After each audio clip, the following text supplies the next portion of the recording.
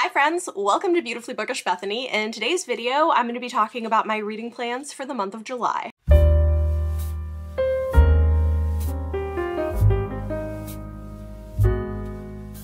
So I'm guessing nobody's going to be surprised I have an overly ambitious TBR, and I'm probably not going to read all of the things on it, but there are just so many things that I want to read and things I want to participate in.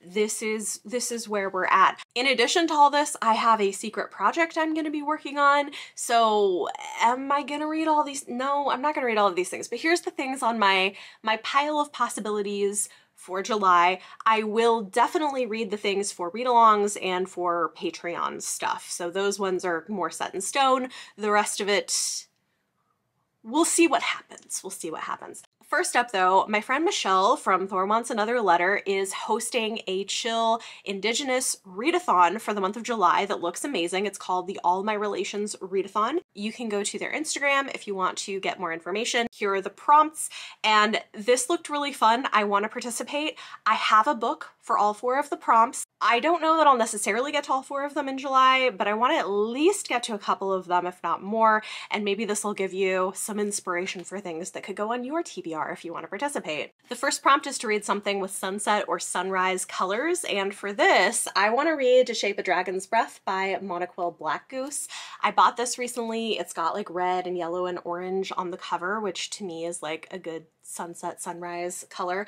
This is a debut fantasy book. It's about a young Indigenous woman who enters a colonizer-run dragon academy who quickly finds herself at odds with the approved way of doing things. Very excited to check this out. Next prompt is to read a book with Indigenous romance, and for this I thought it would be fun to continue with a series that I have been reading with Michelle. We've read the first couple of books and done live streams, and I want to keep going. So I have Sweetheart Braves by Pamela Sanderson, the 3rd book in the Crooked Rock series. These are really sweet, modern Indigenous romances, and it can be really hard to find romances that are about Indigenous people, written by Indigenous authors, but this series is really great. Next prompt is to read a book recommended by an Indigenous creator, and the book that I want to read is Empire of Wild by Sherry DeMaline. I bought this a while ago after hearing Kim from Native Lady Book Warrior talk about it, and I still haven't read. I keep accumulating books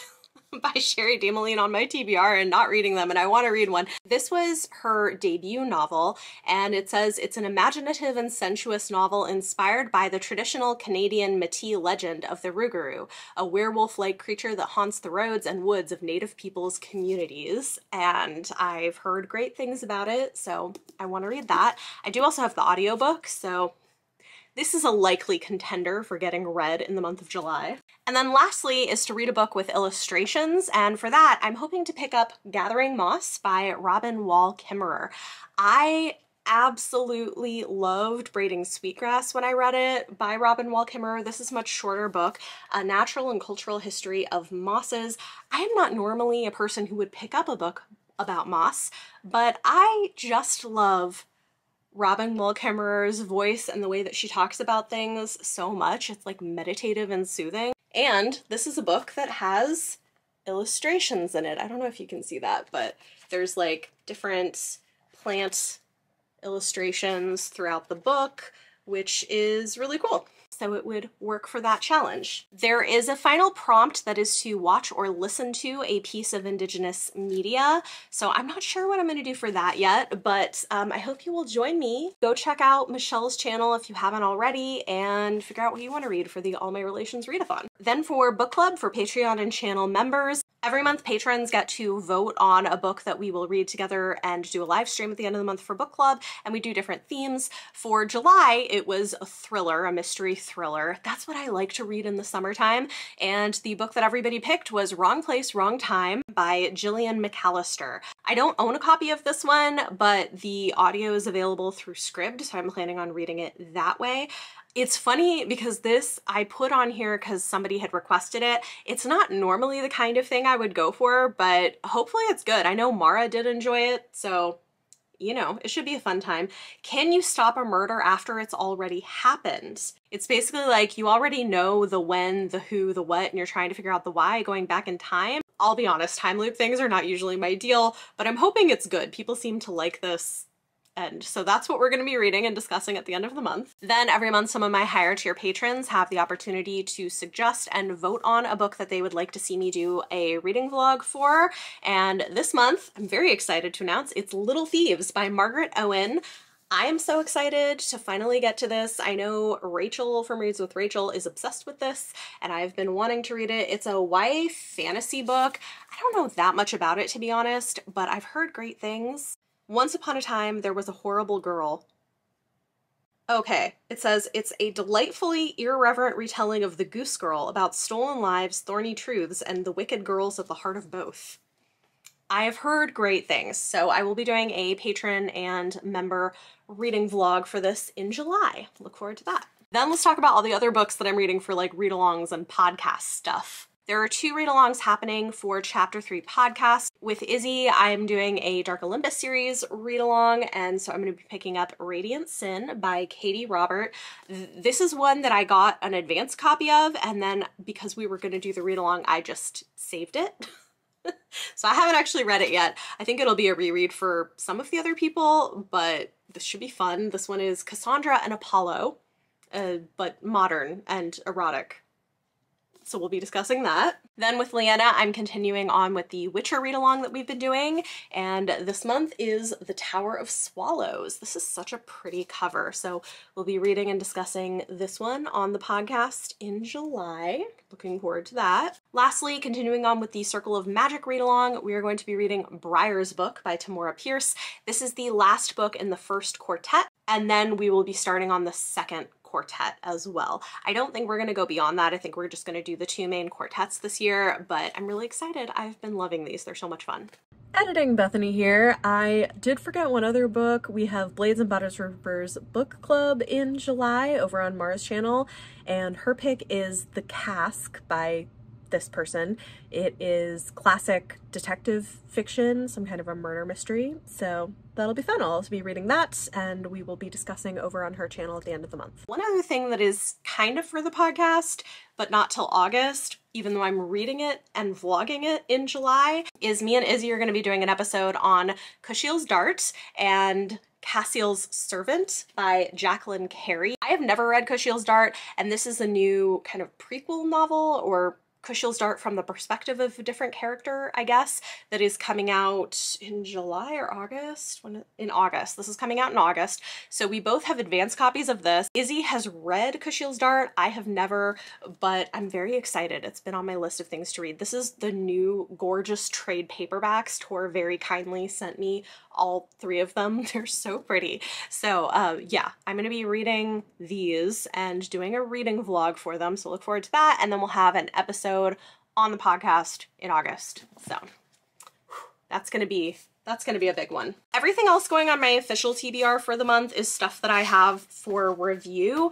I've got some physical things and then some ebooks on NetGalley. Again, I think this is kind of ambitious, honestly. I don't expect to read all of it in July, but some of it I will read. First up, we have The Sun and the Void by Gabriela Romero LaCruz. Thank you so much to Orbit for sending me a copy. This comes out in July. It is a debut fantasy novel in a lush world inspired by the history and folklore of South America, a sweeping epic fantasy of colonialism, ancient magic, and 2 young women's quest for belonging unfolds. I had been very excited about this. I originally heard about it from Angela at Literature Science Alliance.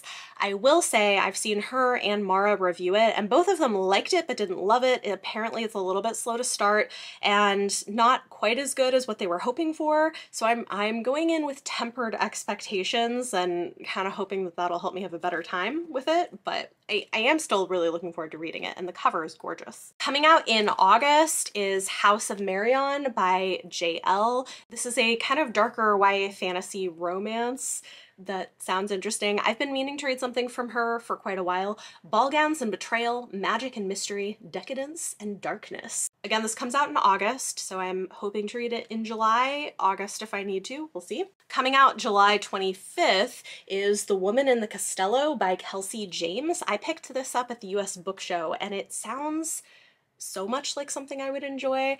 How far into darkness will one starlet go to see her name in lights? Set in 1960s Italy, the stylish, atmospheric debut spins a bewitching web of movieland duplicity, family secrets, and the consequences of forbidden love as a desperately broke American actress snags the starring role in an enigmatic horror movie shooting on location in a crumbling medieval castle outside Rome. I mean, like, yes. This sounds exactly like the kind of thing I would enjoy, so I do want to read that. Then one coming out in August that sounds really cool is The Body in the Back Garden by Mark Waddell, or Waddell. So if you are a cozy mystery reader and you thought to yourself, man, I really wish that I could have a cozy mystery that was gay, The Body in the Back Garden has you covered. It's a queer, cozy series debut. They're saying it's perfect for fans of Ellen Byron and Ellery Adams. I don't know who those people are, but if you're a cozy mystery reader, maybe you do. Luke Tremblay is about to discover that Crescent Cove has more than its fair share of secrets, and some might be deadlier than others. This sounded really fun. I like a good cozy mystery on occasion, and make it queer even better, and thought I would get this on your radar. So this comes out in August, and I have an early copy for review. Last physical book. This is Good Fortune by C.K. Chow. I was kindly sent a finished copy from the publisher, from Harper Via. It is a romance going on sale in July. And this is kind of fun. It's a contemporary retelling of Pride and Prejudice set in New York City's Chinatown. So that sounds great.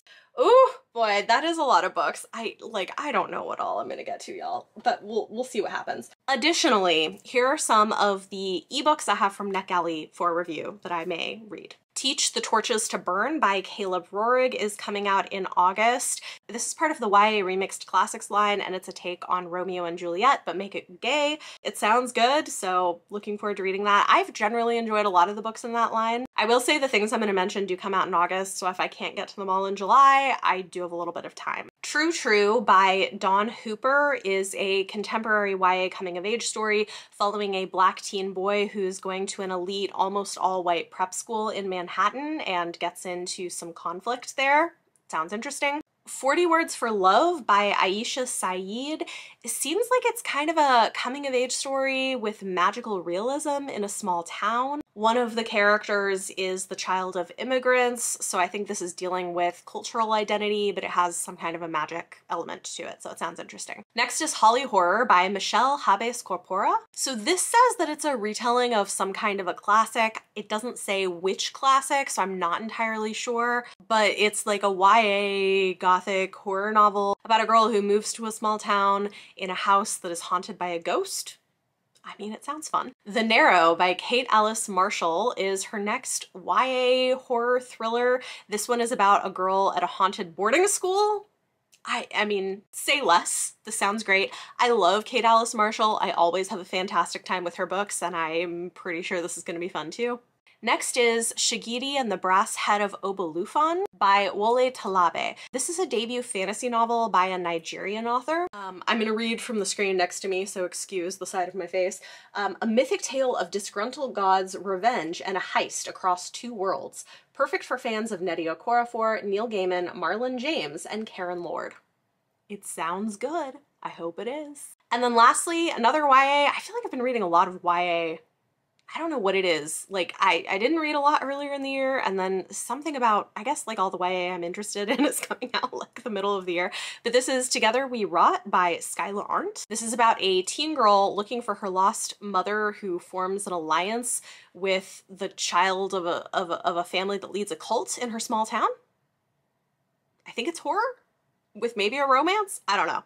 It sounded interesting. So those are the books on my very large TBR for the month. Again, I'm not going to get to all of these, which is fine because a lot of them don't come out until August, so I've got some time, but wanted to give you an idea of the things that I may be picking from. We'll see how the month goes. I'm also going on vacation for a week, and I have children, so will I read very much? I don't know. We'll see what happens. But talk to me in the comments down below. Let me know any of your thoughts or feelings on anything I talked about in this video. And for question of the day, I would love to hear, what are your reading plans for July? Do you have a lot you're planning to read? Are you planning to just chill out with some beach reads? That's probably what I should do. Why do I do this to myself every month without fail? You know, I like a good challenge. Anyway, talk to me in the comments down below. If you like this video, it always helps if you give it a thumbs up. Subscribe if you want to see more. Thank you so much for watching, and I'll see you next time.